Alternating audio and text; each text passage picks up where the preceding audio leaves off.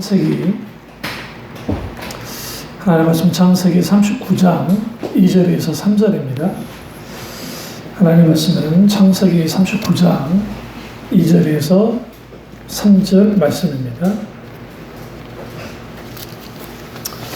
여호와께서 요셉과 함께 하심으로 그가 형통한 자가 되어 그의 주인 애굽 사람의 집에 있으니 그의 주인이 여호와께서 그와 함께 하심을 보며 또 여호와께서 그의 범사에 형통하게 하심을 보았더라. 아멘. 말씀 제목은 요셉 따라잡기입니다. 말씀 제목은 요셉 따라잡기입니다. 성경에 많은 인물들이 있습니다. 그중 하나같이 하나님을 사랑했던 사람도 있었고 또 하나같이 하나님을 대적했던 사람들도 있습니다. 사실 성경의 내용을 전체를 보면 하나님을 사랑했다는 기록보다는 오히려 하나님을 대적했다는 기록이 너무 많습니다. 일례로 사사시대 때 이스라엘 백성들, 요랑시대 때 이스라엘 백성들 그들의 모습을 보시면 하나님을 향한 순종보다는 불순종이 더 많았던 것을 보게 되어집니다. 여러분 한번 시간이 나면 성경에서 수많은 사람들이 나오기 때문에 각 사람의 인생에 대한 그 모습들을 성경을 통해서 읽어볼 필요가 있습니다. 때로는 아브라함을 들여다보고 이삭을 들여다보고 야곱을 들여다보고 요셉을 들여다보고 모세와 다윗 혹은 느헤미야 아니면 예레미야 기타 등등 많은 하나님의 사람들의 삶을 들여다보시면 마땅히 우리가 따라잡아야 될 사람들이라는 것을 보게 되어집니다. 한 인생이 만들어질 때는 아주 중요한 요소가 있는데 가장 중요한 요소는 부모를 잘 만나야 됩니다. 부모가 어떤 부모냐에 따라서 그 자녀에게 영향을 끼치는 것은 아주 큽니다.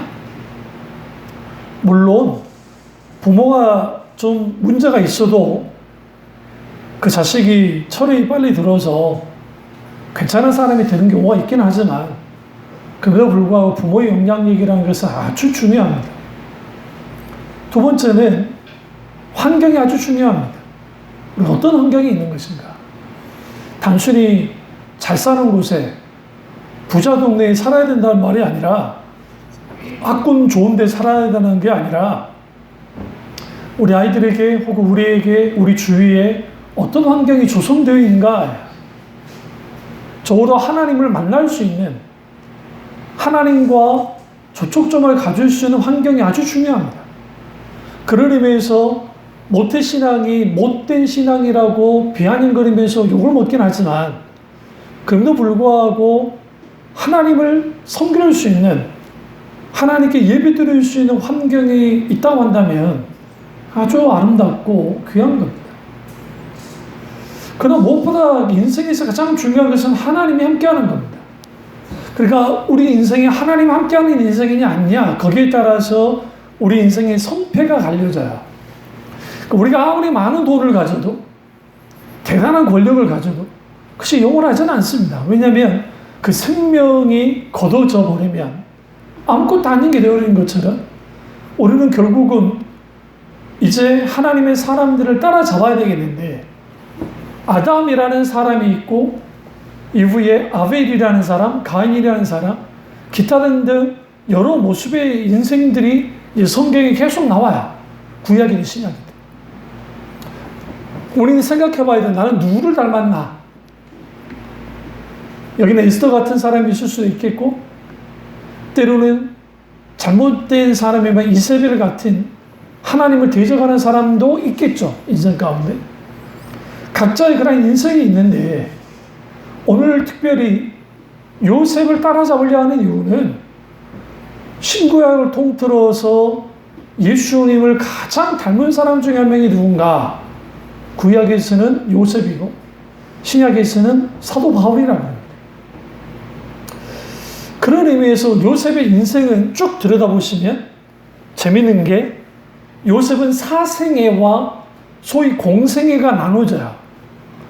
여기서 공생애라는 것은 구속사적인 측면에서 공생애를 뜻하는 건 아니에요. 그런데 그 아버지 집에 있었던 요셉이 노예가 되고, 그리고 죄수가 되고, 그리고 총리까지 되는 그 일련의 과정 속에서 그가 완전히 다른 삶을 살아요. 다시 말하면 사생애적인 삶은 있었어요. 그는 아버지 밑에 있을 때, 아버지와 함께 살아갔을 때는 그냥 일상 삶을 살았어요. 그런데 형들에 의해서 이제는 죽기를 보기 직전에 팔리고 노예가 됐을 때는 다른 삶이 펼쳐졌습니다. 그 당시에는 그게 무슨 일인지는 몰랐는데, 이제 창세기 쭉 보시면 형들과 만나는 자리에서 그 말 하잖아요.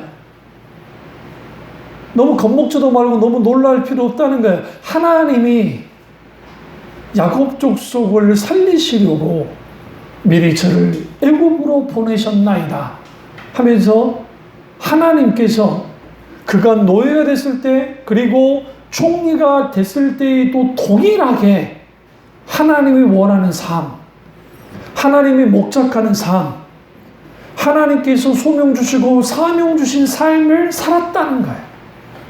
우리 인생에 이게 필요합니다.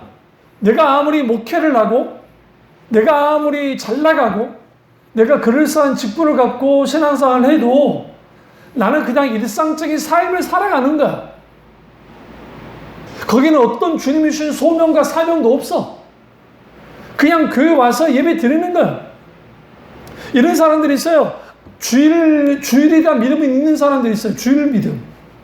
주일이다 믿음. 왜? 주일 예배를 안 드리면 저주받을 수 있고, 주일 예배 드리지 않으면 뭔가 찜찜하고, 주일날 예배를 드리지 않으면 내가 뭔가 잘못될 것 같은 생각을 하고 교회 나오는 사람들이 있다고요. 왜? 교회 문 안에 있는 사람들 속에서. 그래서 정작 하나님이나 믿음이 없는 사람도 있어요. 무슨 말이에요? 하나님께 예배 드려 나온 거야. 근데 그들이 말하는 하나님이 누구냐고요. 우리는 하나님을 만나야 되고, 성경에서 말하는 하나님을 만나야 될 뿐만 아니라 반드시 또 만나야 돼요. 요셉을 따라잡을 때 가장 중요한 것은 요셉이 만난 하나님을 우리는 반드시 만나야 된다는 거야. 아버지 집에서 있을 때 그는 엘리에셀의 하나님, 혹은 엘리에셀이 아니라 엘샤다의 하나님을 그가 경험합니다. 엘리사다의 하나님은 전능하신 하나님이에요. 젖을 먹이신 하나님. 그 하나님을 경험했다가 그가 구덩이에 던져져서 죽게 되어졌을 때에 그가 하나님께 찾지 않았겠어요? 박영서 목사님 그 글 가운데 아주 중요한 글이 있었는데, 그게 뭐냐면 요셉이 구덩이에 던져졌을 때 뭐 했겠냐는 거예요. 물론 형들 살려주세요, 내가 잘못했습니다, 그렇게 됐겠지만, 이제는 빛 한 점 빛이 딱 들어오는 깜깜한 그 내부 속에서 빛이 들어오는 그 구덩이 속에서 그가 할 수 있는 것은 하나님을 찾는 길밖에 없었다는 거예요. 구출해 주시는, 구원해 주시는 하나님을 경험합니다. 왜? 죽지는 않았잖아. 문제는 팔려갔어요. 원치 않는 곳으로 팔려갑니다. 그리고 노예가 되어버렸습니다. 하루아침에 노예가 되어버렸습니다. 그때 그가 경험하는 하나님이 어떤 하나님이냐? 임마누엘의 하나님이에요. 함께 하신 하나님. 이걸 임마디일이라고 합니다. 디는 나와 함께 하신 하나님. 임마누는 우리와 함께 하신 하나님. 임마커멜 당신과 너와 함께 하신 하나님. 그런데 임마디일의 하나님, 나와 함께 하신 하나님을 누가 경험해요? 요셉이 경험한 거예요. 우리는 요셉을 따라갈 때 뭘 경험해야 되느냐? 나와 함께 하신 하나님을 경험해야 돼요. 어떻게 경험하느냐? 하나님을 찾아야죠. 깊은 질문을 던져야 돼요. 요셉이 왜 하나님이 함께 하심을 경험했을까요? 그 질문 던졌을까요? 어떤 질문 던졌을까요? 하나님, 내가 왜 이렇게 잡혀봐야 되죠? 나는 왜 이렇게 대야만 합니까? 제가 뭐 그렇게까지 잘못했나요? 내 인생 왜 이 모양, 이 꼴이죠? 내 친형제라고 하는 사람들이 나를 죽이려 하는데, 물론 엄마가 다르긴 하지만 하나님 이룰 수 있나요? 그런 질문 안 던졌을까요? 던졌을 거예요. 우리는 하나님께 질문을 던져야 돼요. 그래야 하나님이 답해 주시니까. 다음 주 설교가 그거예요. 질문하는 신앙, 답해 주시는 하나님. 우리는 하나님께 계속적으로 질문하고 또 질문하고 또 질문해야 돼요. 오늘 요셉이 질문했을 겁니다. 그런데 인생의 고비고비마다 하나님의 손길이 미쳤는데 그 손길이 그냥 자동적으로 미쳐진 게 아니라는 거예요. 요셉이라는 인물을 딱 들여다보시면 요셉은 아버지의 편애를 받고 살았습니다. 여러분 자녀들 중에 더 사랑하는 자식이 있죠?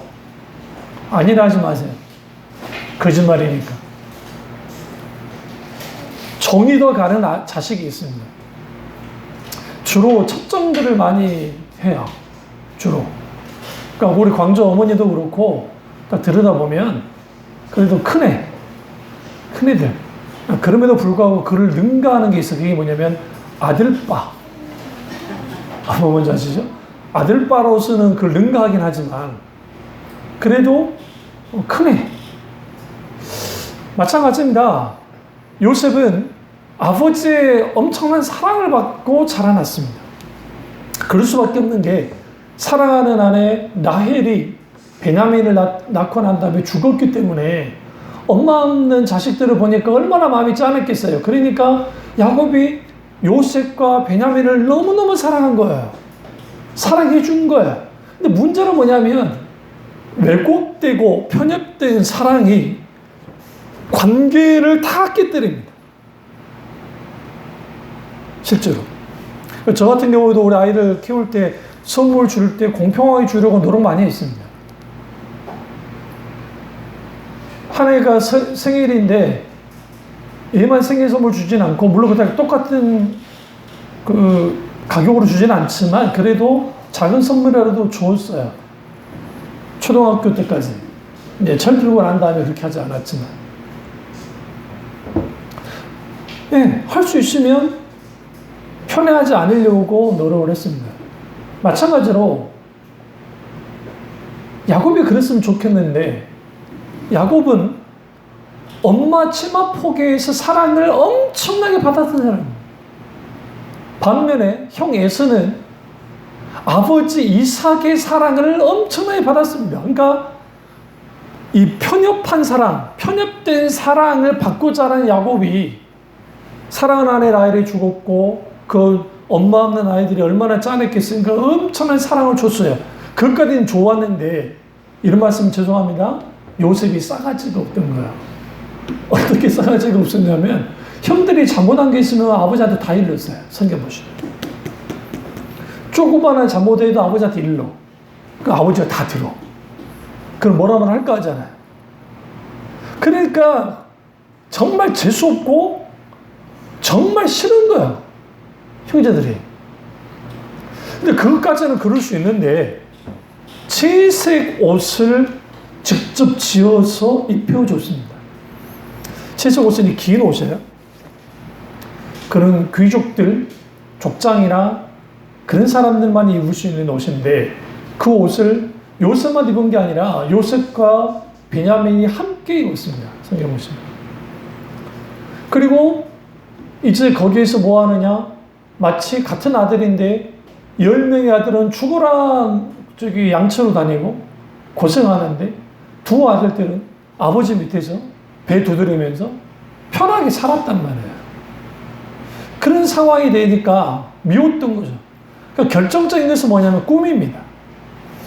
그가 하나님께 이제 자고 있다가 하나님이 준 꿈을 꿨고 그 꿈의 내용이 도저히 그것을 인정할 수 없는, 다시 말하면 요셉이 야곱 부모인 야곱보다 더 위에 있다고 하는 그런 꿈들이, 해와 달 별들이 요셉을 향해서 막 절을 하고 볕집단이 요셉이 절을 하는 그런 꿈이었기 때문에 받아들일 수 없는 거야. 야곱도 하도 안 되게 있어서 그걸 꾸지람을 합니다. 그에 대해서 하지 말아라. 마음에 담아두게 됐죠, 야곱이. 그것을 이제는 그가 뭡니까? 나는 이런 꿈 꿨어요 하면서 막 떠들어 제낀 거예요. 철이 없는 요셉, 명석하긴 하지만 잘났긴 했는데 말 그대로 누구의 허물 같은 거 덮어주는 그런 사람이 아닌 거예요. 물론 애니까 그랬겠죠. 그런 상황에서 그가 이제 이제 형들의 죽이려고 하다가 이제 그가 쫓겨갑니다. 노예가 돼버리는 거죠. 이때 참 재밌는 게 성경을 쭉 보시면 그 요셉이 팔려가는 그 상황이 이스마엘 상단이에요. 근데 이게 그냥 상단이 아니고 연합 상단이에요. 그러니까 하나 있는데 제가 아직 생각이 잘 안 나는데 에서 쪽과 에돔과 미디안 이스마엘 상인일 거예요. 아마. 어쨌든 제가 다음에 하는데 연합 상단입니다. 근데 이들이 어디까지 가냐면 이디오피아까지 가요. 이디오피아까지. 그러니까 상단이 이디오피아하면 엄청나게 먼 곳이에요. 우리는 이집트가 무슨 그 상단의 종착역이라고 생각하는데 그렇진 않고 이디오피아까지. 그러니까 요셉이 어디까지 팔려갈 수 있었어요? 이디오피아까지. 어마어마한 거리. 적어도 한 1500, 1600 더 되는 엄청난 거리까지 팔려갈 수 있는 그런 상황에 있다는 거죠. 그런 상황 속에서 그가 이집트에 팔려갑니다.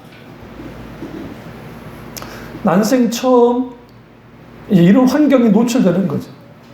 인생 다 무너진 거 아닙니까? 어떤 고생도 하지 않고 살았던 그가 노예가 되어버렸고, 노예가 되어버린 이제 그 요셉이 이제 집안에 그 보디발의 집에 가서 허드렛 일을 하다가 그때 오늘 성경 보세요. 39장, 창세기 39장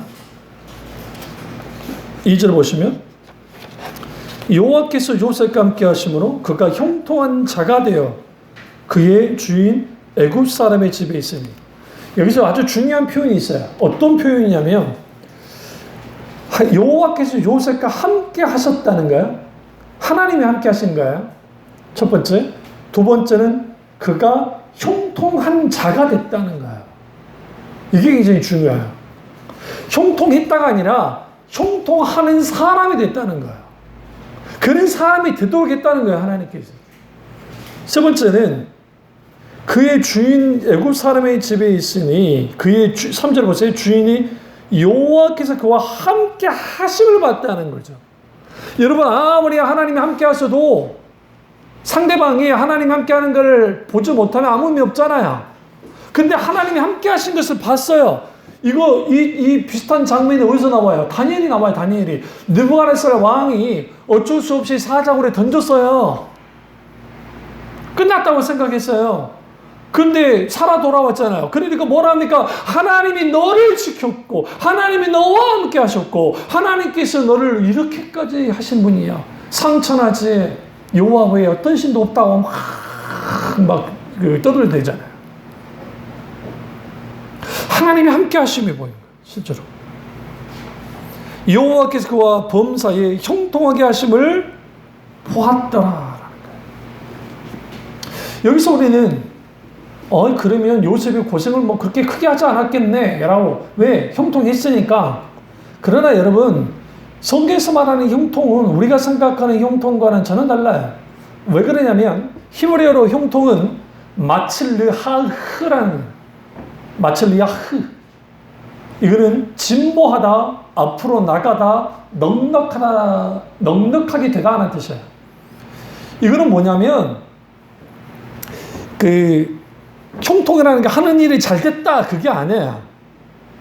그거보다는 외적으로는 물론 눈에 보이는 성장과 발전이 나타나고 내적으로는 여유와 자유로움이 있다는 거야.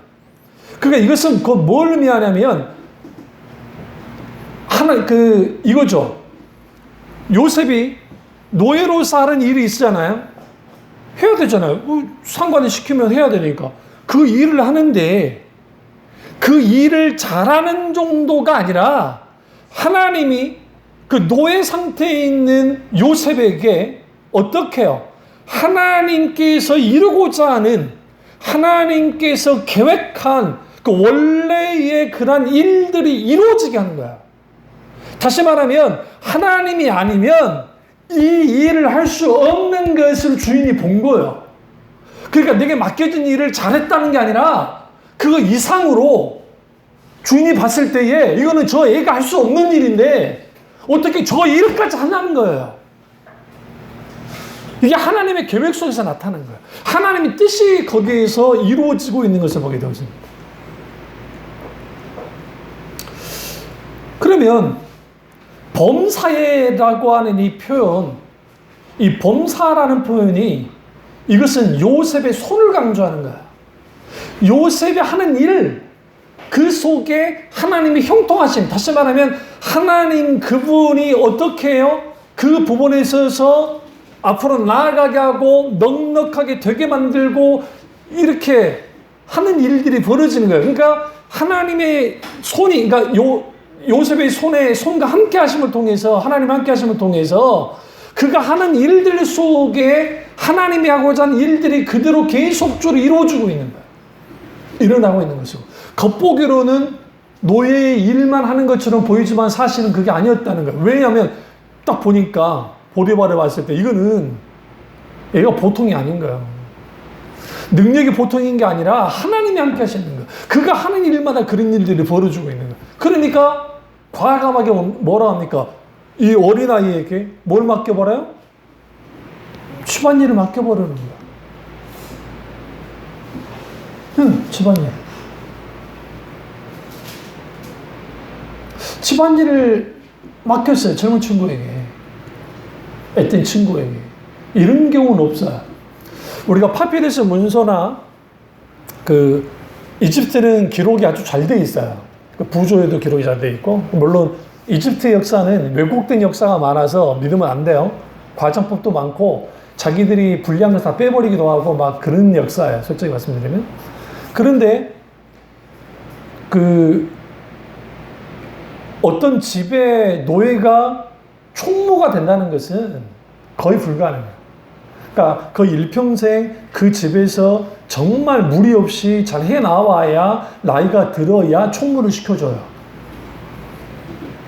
그럼 이건 뭐냐면 모든 노예 위에 있는 거예요. 노예 위에. 그 주인만 위에 있고 나머지는 자기가 알아서 부리는 거예요. 그러니까 아주 대단한 거죠. 노예들 입장에서는. 그리고 집도 주인과 함께 사는 게 아니라 어디서 살아요? 밖에서 따로 살아요. 가정을 이룰 수 있어요. 결혼도 가능해요. 결혼도 가능해요. 내가 결혼할 수 있어요. 괜찮은 거예요. 근데 문제는 뭐냐면 오늘 보디발의 아내가 이제 그에게 접근합니다. 여기서 우리가 중요한 거는 이거죠. 39장 7절을 보세요. 그 후에 그의 주인의 아내가 요셉에게 눈짓하다가 동침하기를 청하니. 여기서 눈짓하다가 동침하기를 청했다라고 하는 것은 이 사람이 지금 이 보디발의 아내가 요셉을 자기 수준에 놓고 싶은 거예요. 근데 왜 그러냐면 요셉이 아주 젊은 청년인데 하는 일마다 잘 되고 하나님과 함께 하잖아요. 준수한 청년이었다고요. 그러니까 욕정에 불살려가지고 유혹을 한 거예요. 근데 실제로 이런 기록이 있습니다. 그러니까 요셉과는 상관은 없는데 고대 시대의 여자들이, 남자는 뭐 이건 말할 것도 없고 그 시대에는 여자들 그런 경우 있어요. 근데 이게 발각이 돼도 부인은 안 죽어요. 누가 죽어요? 노예가 죽어요. 노예가. 우리나라도 그런 일이 있었어요. 세종의 며느리 동성애하다가 발각이 돼서 이제 죽이진 않고 쫓아내버렸고 그 궁녀는 죽였습니다. 그러니까 그런 것처럼, 그래서 그런 기록이 있고, 심지어는 남편을 독살을 하고 그 노예였던 남자랑 같이 뭐 그러다가 적발이 돼서 둘 다 죽였다, 그런 기록도 있어요. 그러니까 그런 기록이, 사건 기록들이 막 있단 말이에요. 고대 시대에. 그 보디발의 아내가 이런 행동을 하는 것은 그 시대에 뭐 흔하진 않았겠지만 그때 없는 행동은 아니었다는 거예요. 그러니까 놀이개로, 남자를 놀이개로 삼아서 하려고 했던 아주 행실이 바르지 못한 여자였다는 것은 분명해요. 그 어떻게 할 수 있냐면 이제 그 요셉이 누명을 써서 이제 보디발의 감옥에 잡혔잖아요. 12대 감옥에. 12대 장이라서 왕을 시비하는 존재예요. 엄청나게 권력 있는 사람입니다. 근데 그 사람의 집에 감옥이 있다는 것은 결국은 요셉을 그냥 죽여도 돼요. 이 정도 죄는 죽이는 거야, 실제로. 그리고 그 12대 뜰에 가두면 안 돼요, 요셉을. 그러니까 감옥에. 아무리 자기가 12대장이라 할지라도. 왜냐하면 일반 노예라든지 평민들은 절대로 12대 감옥에 가두는 게 아니에요. 거기는 정치범들, 귀족들만 가두는 곳이고, 그러니까 요셉이 거기에 들어가면 안 돼요, 갇히면. 만약에 정작 보디발이 요셉을 감옥에 쳐넣으려면, 안 죽이고 쳐넣으려면 밖에 있는 감옥에 거기에다 쳐넣어야 돼요. 그러면 밖에 있으면 괜찮고 그렇지 않아요. 고대시대의 감옥에 가면 다 죽어요. 왜냐하면 환경이 워낙 열악해서 70% 이상이 감옥에서 죽었다고 그래요. 용케 살아남아도 다 반병신이 돼서 나와요. 그러니까 이게 아주 쉽지 않는 그런 거예요. 그러면 12대 뜰에 가뒀다는 것은 보디발이 요셉이 누명 썼다는 걸 알고 있는 거예요. 생각해보세요. 여러분 같으면 안 죽일까요? 당연히 죽이죠. 죽여도 돼요. 실제로 사형에 해당하고. 안 죽여서. 하나님 막으셨으니까 그럴 수 있죠. 저는 그렇게 왜 그러냐면 그 이유가 있어요. 감옥에 가뒀는데 그 관수장이 요셉에게 모든 일을 맡기죠. 그러면 관수장은 누구 밑에 있어요? 보디발의 밑에 있다고요. 근데 보디발이 그걸 알면서 가만 놔뒀다는 거예요. 또 하나 보실래요? 3년이 지나요. 이 사건 지나고 난 다음에 이제 그 감옥에 있다가 이제 몇 년이 또 3년이 지난다면 몇 년이 지나요? 지나고 난 다음에 수마탄 관원장과 또 어쨌든 그 떡 맡은 관원장이 들어와서 꿈을 해석해주고 그리고 1년 있다가 이제 바로의 부름을 받았을 때에 다 생각해 보세요. 왕 옆에 있는 사람이에요. 왕을 시위하는 사람이에요. 이때도 보디발이 12대장이었을 텐데. 근데 요셉을 총리로 삼는다는데 가만히 있겠어요, 여러분 같으면? 문제 삼을 수 있지. 근데 가만히 있죠, 보디발이. 침묵하고 있죠. 여기서 뭐를 알 수 있냐면, 그 마누라는 그 여자가 일을 크게 만들어 놨잖아요. 이거 그냥 마누라가 행실에 바르지 못해서 이런 일을 저질렀으면 자기가 목전이니까 그러니까 죄 없는 요셉을 가둬둔 것 뿐이에요. 그냥 그러니까 그걸 가둬놓고 그냥 평생 그렇게 놔두려고. 그러면 우리는 요셉을 따라잡게 할 때에 우리는 성경을 읽을 때 조심해야 될 게 우리는 성경의 결과를 다 알고 있기 때문에 너무 쉽게 읽는 거예요. 요셉이 감옥에 갇혀서 혹은 노예가 돼가지고 자기가 총리가 될 걸 알고 그런 거 아니에요. 이런 목사님도 있어요. 요셉이 어렸을 때 꿈을 붙들고 그가 끝까지 버텼기 때문에 거기에서 그가 뭐 했다? 이제 성공할 수 있었고 영적으로 이렇게 승리할 수 있었다. 아니에요. 성경 보세요. 그가 누굽니까? 므낫세 아니죠. 에브라임과 므낫세 맞나요? 그 애들을 낳았을 때에 그가 이제 요셉이 결혼을 하고 총리가 되고 애들을 딱 낳았을 때 그 이름을 지어요. 근데 그 이름을 지었을 때에 그 이름의 내용이 모든 것을 하나님이 잊게 하시고 신원하시다 막 그런 의미를 갖고 있어요. 그가 다 잊고 있었어요. 꿈도. 그 꿈을 자기가 붙들고 온 게 아니에요. 하나님이 붙든 거지. 하나님이 함께 하셨기 때문에. 우리가 요셉의 무엇을 따라잡아야 되냐면 요셉이 하나님이 함께 하셨는데 그냥 함께 하신 게 아니라 왜 하나님이 함께 하신다는 거야. 첫 번째로 요셉은 하나님을 인식하면서 살았어요. 하나님 앞에 어떻게 이렇게 할 수 있느냐 하면서 이제 그 보디발의 아내를 동침을 거부하잖아요. 그러니까 여기에서 이 보디발의 아내가 자기 말을 듣지 않으니까 요셉이 그렇게 도망치면 그걸로 끝날 수 있잖아요. 그런데 여러 번 그런 일을 한 거예요. 왜냐하면 히브리어 시대 자체가 동침하기 요구했다는 게 일회적인 게 아니라 반복적이었다. 그래도 말을 안 들어주니까 잘 됐어. 이놈 망가뜨려야지. 그러면서 이제 한을 품은 거야, 이 여자가. 그래서 그런 일을 벌어진 거죠. 이런 상황에서 그가 하나님을, 그러니까 하나님 편을 선 거야. 왜냐하면 하나님을 인식했기 때문에. 고룩은 하나님을 의식하는 사람들 속에서 있게 되어져요. 인식하고. 코람데오, 하나님 앞에 있다는 의식을 가졌을 때, 그러니까 요셉은 그렇게 가진 거죠. 그 속에서 그가 뭐 했느냐? 보라는 듯이 하나님 함께 하신 하나님이 그와 함께 하는 것들이 거기서 드러난 거고, 두 번째는 요셉은 항상 하나님을 찾았던 사람이에요.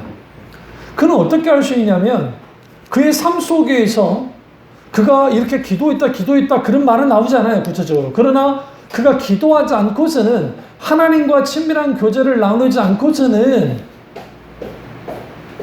우리가 말할 수 없는, 그러니까 이해할 수 없는, 그러니까 이해보다는 설명할 수 없는 것들이 많아요, 사실.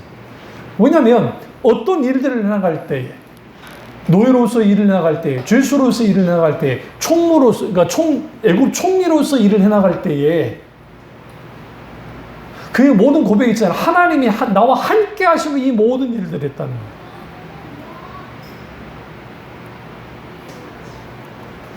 우리는 하나님을 인식하고 의식하는 것 반드시 배워야 되고, 요셉에게 하나님을 찾는 것을 배워야 돼요.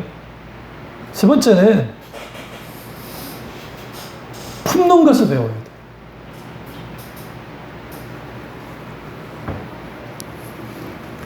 술 맡은 관원장과 떡 맡은 관원장에게 자기 하소연을 할 때에 이렇고 저렇습니다. 그러지 말하지 않고 제가 누명을 썼습니다 라는 정도로 끝냅니다. 그러니까 보디발이 알면서도 나를 이렇게 가둬뒀습니다. 그런 식의 변명하지 않고 그냥 내가 누명 썼습니다. 좀 알아주십시오. 응? 그게 하나님 앞에서 문제가 됐어요. 세상 기준은 잘못된 게 아니잖아요. 내 누명을, 이 억울함을 사람에게 말하는 게 뭐가 문제가 있어요. 근데 문제는 뭐가 문제이냐면 그들의 도움을 받아서 감옥살에서 벗어나고 싶었거든요. 근데 제가 말씀드렸잖아요. 우리는 결론을 알고 있으니까, 요셉이 감옥에서 나온 걸 알고 있으니까 너무 쉽게 말하는데, 생각해보세요. 영원토록 있게 될 것 같은 노예생활 하다가 그나마 총무 일을 했는데 총무에서 땅에 떨어져갖고 감옥이 들어갔고, 그 감옥도 지하 감옥이에요. 고대시대의 감옥은 대부분 지하 감옥이에요. 그 감옥에 들어가 있는데 뭐가 그렇게 좋았겠어요? 생각해보세요. 벗어나고 싶은 거예요. 너무너무 벗어나고 싶은 거예요.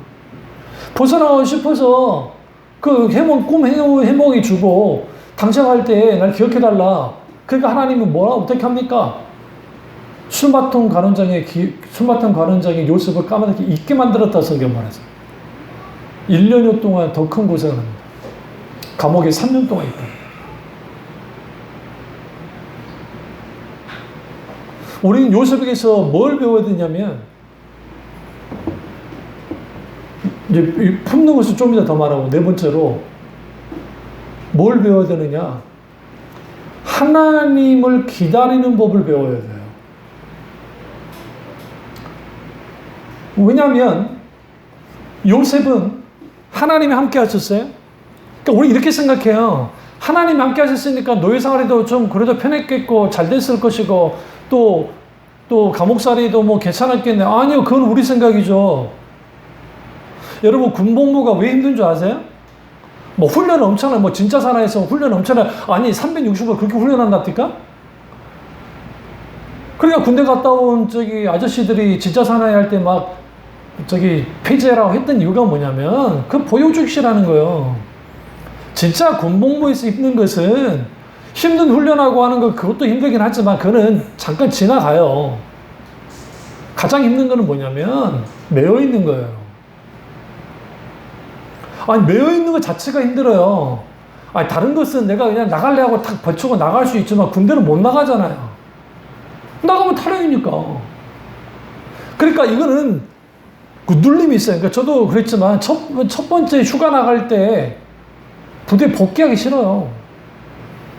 모든 남자가 그 군대 갔다 온 남자들의 공통된 특징이 군대에서 이제 있다가 휴가 나가세요.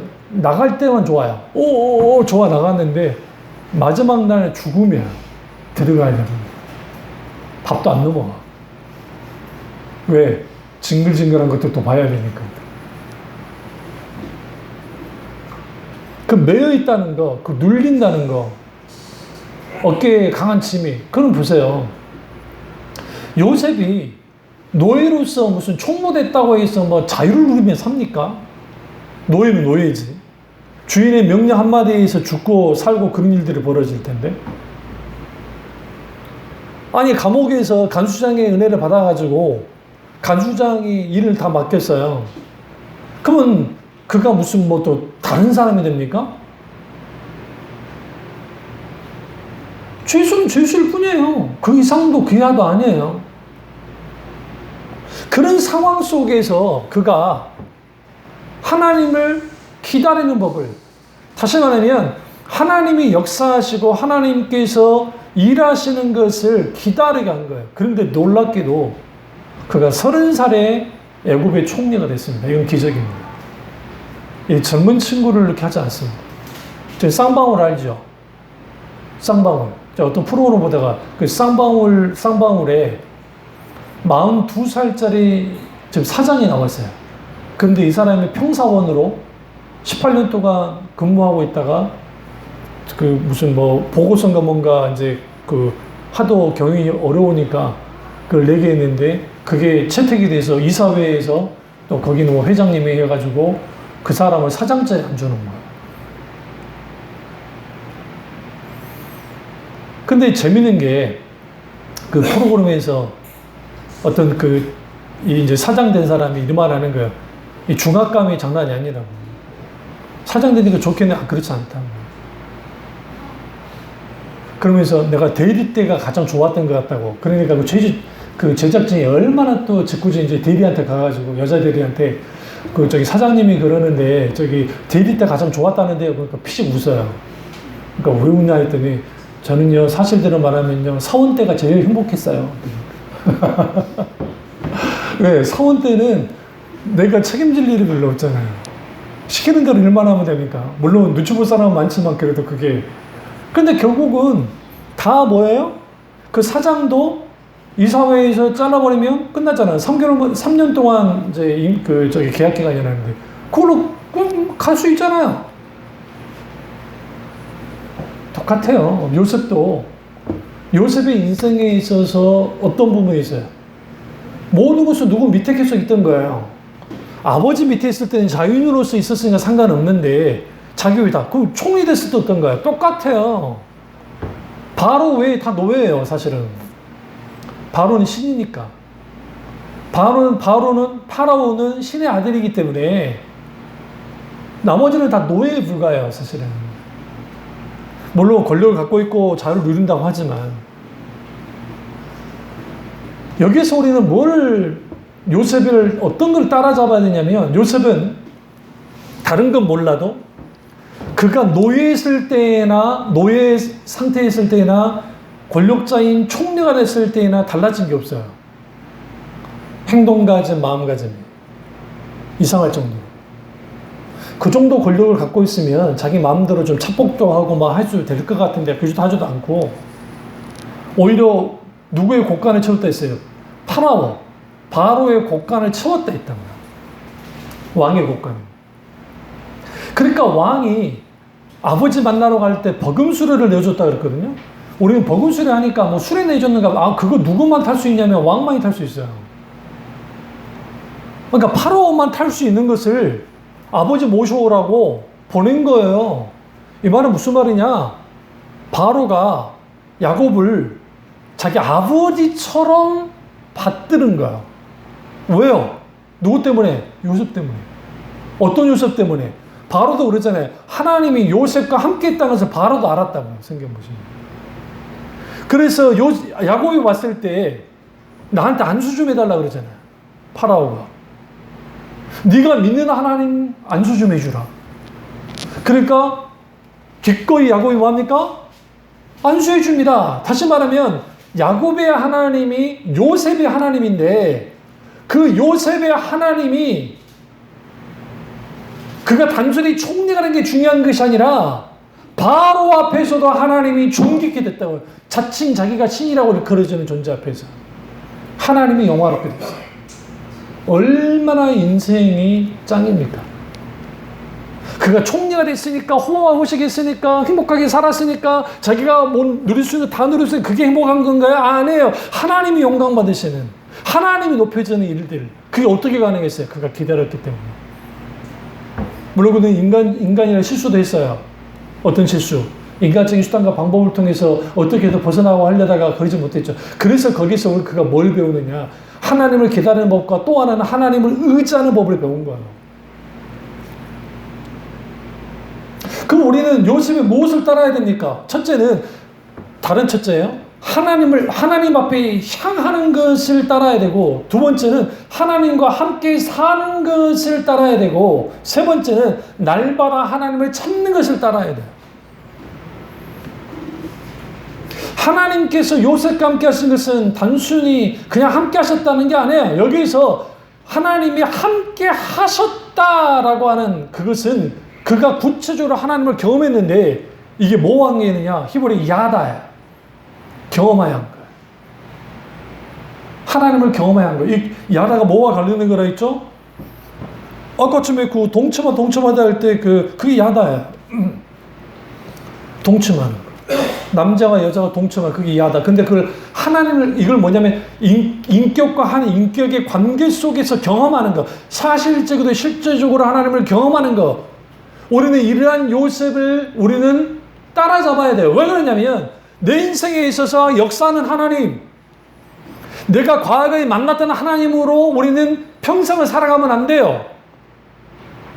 내가 과거에 어떤 하나님 만났다 할지라도 오늘 내가 경험하는 하나님 필요해요. 그래서 헨리 브레카이 목사님이 오늘의 하나님을 경험하는 삶을 살아야 된다. 날마다 하나님을 경험하는 삶을 살아야 된다. 날마다 십자가를 따라가는 삶을 살아야 된다고 하는 이유가 뭐냐면 우리는 매일매일 하나님을 경험해야 돼. 왜? 그 하나님은 크고 광대하시기 때문에 하나님의 그 인격을 경험할 때 끝이 없어요. 주의 인자는 끝이 없고 주의 자비는 무궁하며 아침마다 새롭고 늘 새로우니 주의 성실이 크십니다 라고 하죠. 아침마다 새롭고 늘 새로우신 분이 하나님이시다고. 그 하나님을 따라가는 것, 함께하는 것, 그분과 교제 나누는 것, 그분 안에서 살아가는 것, 그것이 요셉이었고 요셉은 결코 형제들에게 복수하지 않았습니다. 그거 아세요? 형제들이 진짜로 뉘우쳐가지고 요셉 동생 잘못했어 그랬다고 생각하세요? 아니에요. 그 마음 조금 있었겠지만 죽일까봐 겁이 났어요. 성경 보시면 납작 엎드려 덜덜 떨었어요. 성경에 요셉이 그 모습을 보고 첫 번째는 베냐민 때문에 펑펑 울었고 뭐 대성통곡을 했고 그 다음에 형들의 그 모습을 보고 같이 대성통곡을 했어요. 그러니까 얼마나 울었던지 바로의 그 요셉 총리 관저가 여기 있고 바로의 왕궁과 좀 그렇게 멀리 떨어지지 않게 그게 왕의 궁전까지 들려버린 거예요. 왕이 난리가 난 거예요. 지금 어떤 놈이 요셉을 이렇게 건드리냐면서 이제 보낸 거예요. 무슨 일이냐 이게. 도대체 누가 요셉을 이렇게 만드느냐면서 오니까 딱 와보니까 야초정을 보니까 형들이 왔고 그러냐. 그랬구나. 지금 곡간을 열어서 막 선물 주고 그러잖아요. 바로. 여기까지는 그럴 수 있는데 20몇 년 동안 같이 이제 이집트에 살다가 146세인가 그 야곱이 이제 죽습니다. 야곱이 딱 죽을 때 형들이 요셉에게 찾아온 거예요. 덜덜덜 떨면서 납작하면서 울면서 살려달라. 성경에 놀란 말하죠. 그러지 마소서. 하나님이 나를 먼저 보냈는데 내가 누구를 원망할 겁니까? 물론 나쁜 짓 한 건 분명해요. 그 사람들이. 그것까지 하나님이 하신 건 아니에요. 그들의 악함을 하나님의 손으로 바꿨을 뿐이에요. 굉장히 중요합니다. 근데 왜 하나님은 허용하셨을까요? 막으시지. 때로는 하나님은 그걸 허용하실 때 있다고요. 거기는 하나님의 뜻을 이루십니다. 그리고 그걸 통해서 구체적이고 가시적으로 하나님이 함께 하심을 보여줬고, 그 함께 하심을 통해서 뭐였느냐, 요셉이 요셉다움을 그대로 드러낸 거예요. 그래서 성경에 구약에서는 예수님을 가장 닮은 인물이 요셉이고, 신약에서는 바울이라는 이유가 뭐냐면, 요셉은 어쨌든 죄 없이 팔려갔고, 그리고 그가 감옥에 들어갔잖아요. 그걸 마치 무덤에 들어간 것처럼 그런 상황 속에 다시 총대가 되어진, 그리고 하나님이 약속하신 뜻을 그대로 이루는 게 요셉이었습니다. 우리 인생도 마찬가지입니다. 지금 하는 일이 잘 되지 않고 힘들고 어렵고 눌릴 때 있죠. 여기서 요셉에게서 뭘 배워야 되냐면, 적어도 변함없이 하나님을 바라보고 변함없이 하나님을 기다리고 변함없이 하나님을 갈망하는 것들을 배워야 돼요. 그걸 따라잡아야 돼요. 그러면 그 속에서 뭐합니까? 하나님이 함께 하심을 보게 될 것이고, 그 함께 하신 하나님을 통해서 우리의 인생이, 그래도 내 인생 괜찮았고 내 인생이 외롭지 않았어. 왜? 하나님 함께 하셨으니까. 이런 놀라운 은혜가 저와 여러분의 길을 주님의 이름으로 축원합니다. 기도하겠습니다. 기도하실 때 이 말씀이 나의 말씀이 우리 말씀